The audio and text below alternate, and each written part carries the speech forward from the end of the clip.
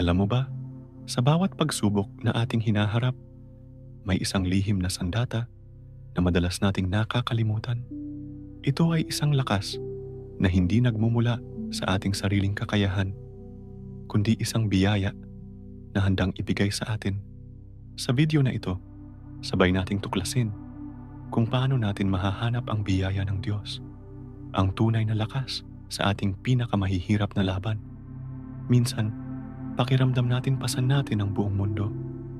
Ang bigat ng mga problema sa pamilya, sa trabaho, sa kalusugan, o sa pinansyal ay parang unti-unti tayong dinudurog. Sinusubukan nating lumaban mag-isa gamit ang sarili nating lakas. Pero sa huli, napapagod lang tayo at nawawala ng pag-asa. Familiar ba sa'yo ang pakiramdam na ito? Yung tipong ginawa mo na ang lahat pero parang kulang pa rin. Dito pumapasok ang isang katotohanan na maaaring magpabago ng lahat. Ang biyaya ng Diyos ay hindi lang isang magandang konsepto na naririnig natin sa simbahan. Ito ay isang aktibong kapangyarihan na gumagalaw sa ating buhay. Isipin mo ito na parang isang walang hanggang bukal ng lakas, karunungan, at kapayapaan na available para sa atin anumang oras. Pero paano nga ba natin ito maa-access? Ang unang hakbang ay ang pagpapakumbaba. Kailangan nating aminin sa ating sarili at sa Diyos na hindi natin kaya mag-isa. Ito yung pagsasabi ng, Panginoon, suko na ako sa sarili kong paraan. Kailangan ko ng tulong mo. Sa sandaling bitiwan natin ang ating pride at ang ating pagpupumilit na kontrolin ang lahat, binubuksan natin ang pinto para pumasok ang kanyang biyaya. Ang pagpapakumbaba ay hindi tanda ng kahinaan, kundi tanda ng pagkilala sa mas mataas na kapangyarihan na handang umalalay sa atin. Sunod, kailangan nating manalangin ng may pananampalataya. Ang panalangin ay hindi lang listahan ng mga hiling.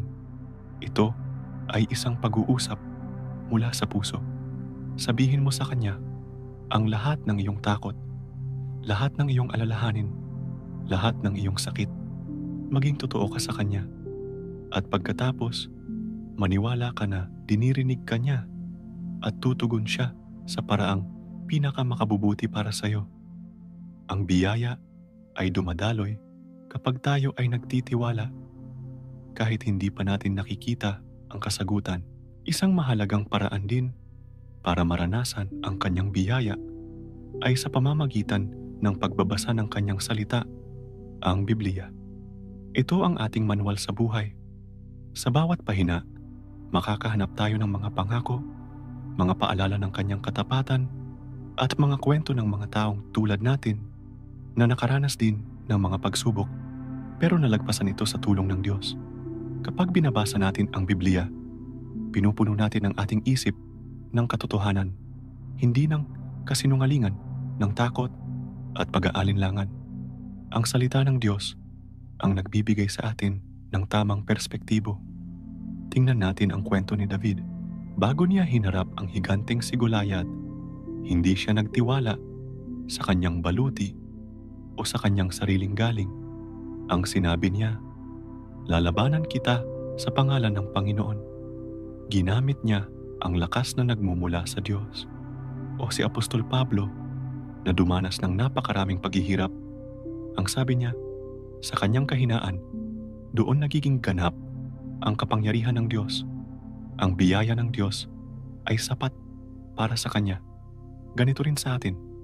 Sa ating mga kahinaan, doon pinakamatinding gumagalaw ang kapangyarihan at biyaya ng Diyos. Madalas, hinahanap natin ang malalaking milagro. Pero ang biyaya ng Diyos ay madalas na dumarating sa maliliit at simpleng paraan.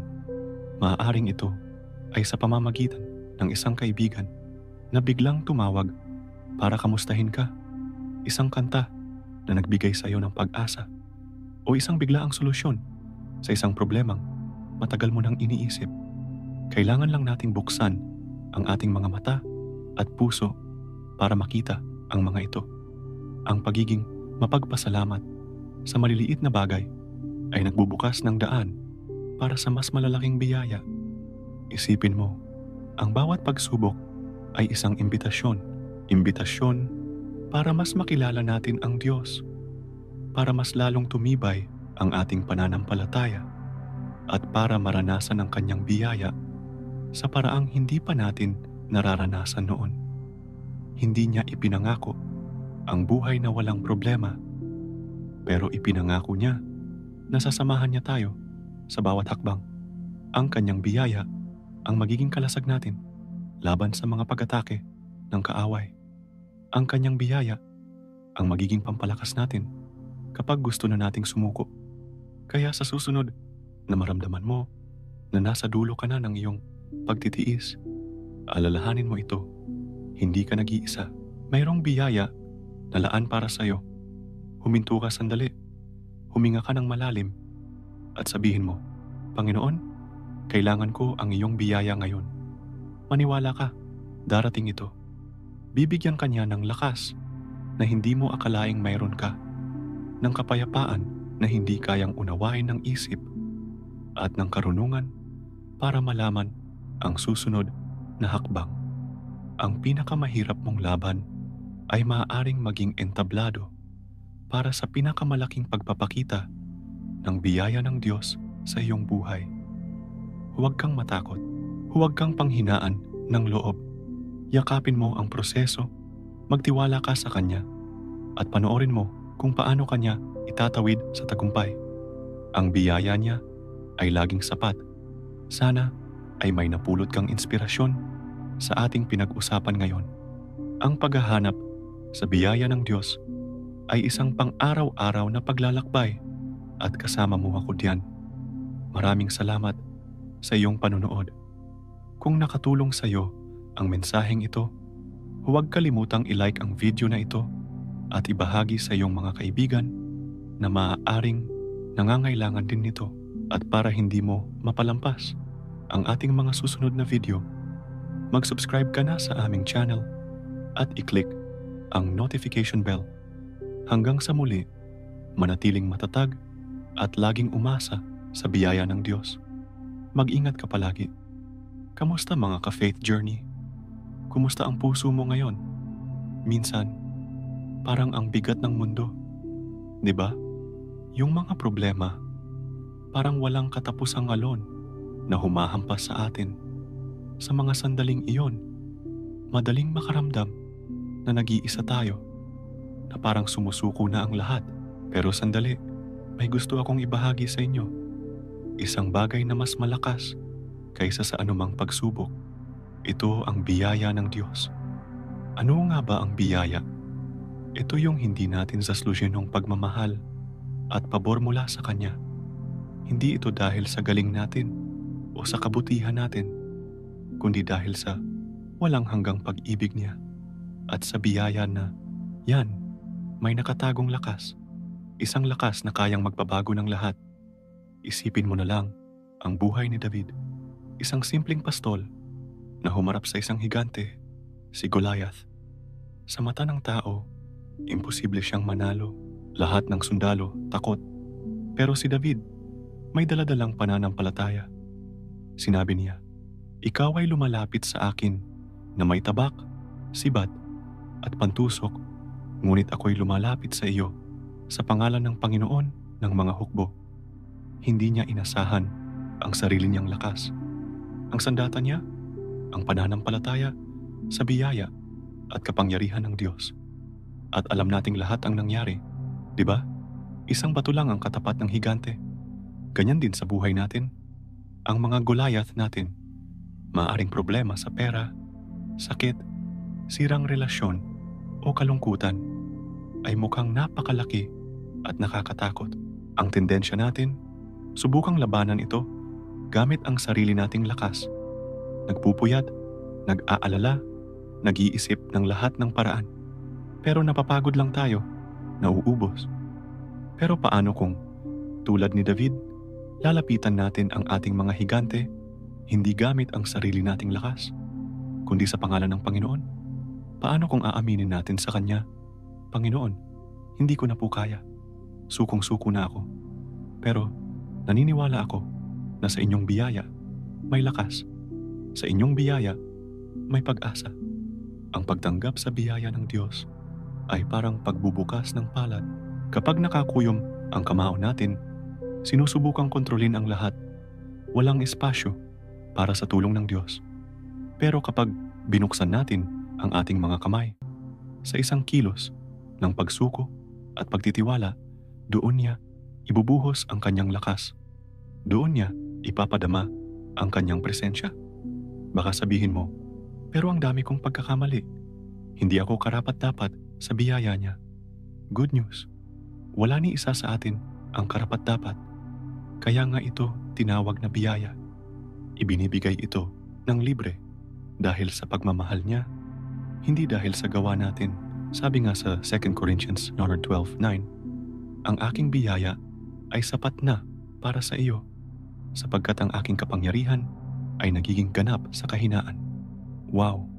Sa kahinaan natin, doon pinakaganap ang kapangyarihan ng Diyos. Kaya, huwag mong itago ang kahinaan mo. Huwag mong ikahiya ang mga sugat mo. Dalhin mo lahat iyan sa Kanya.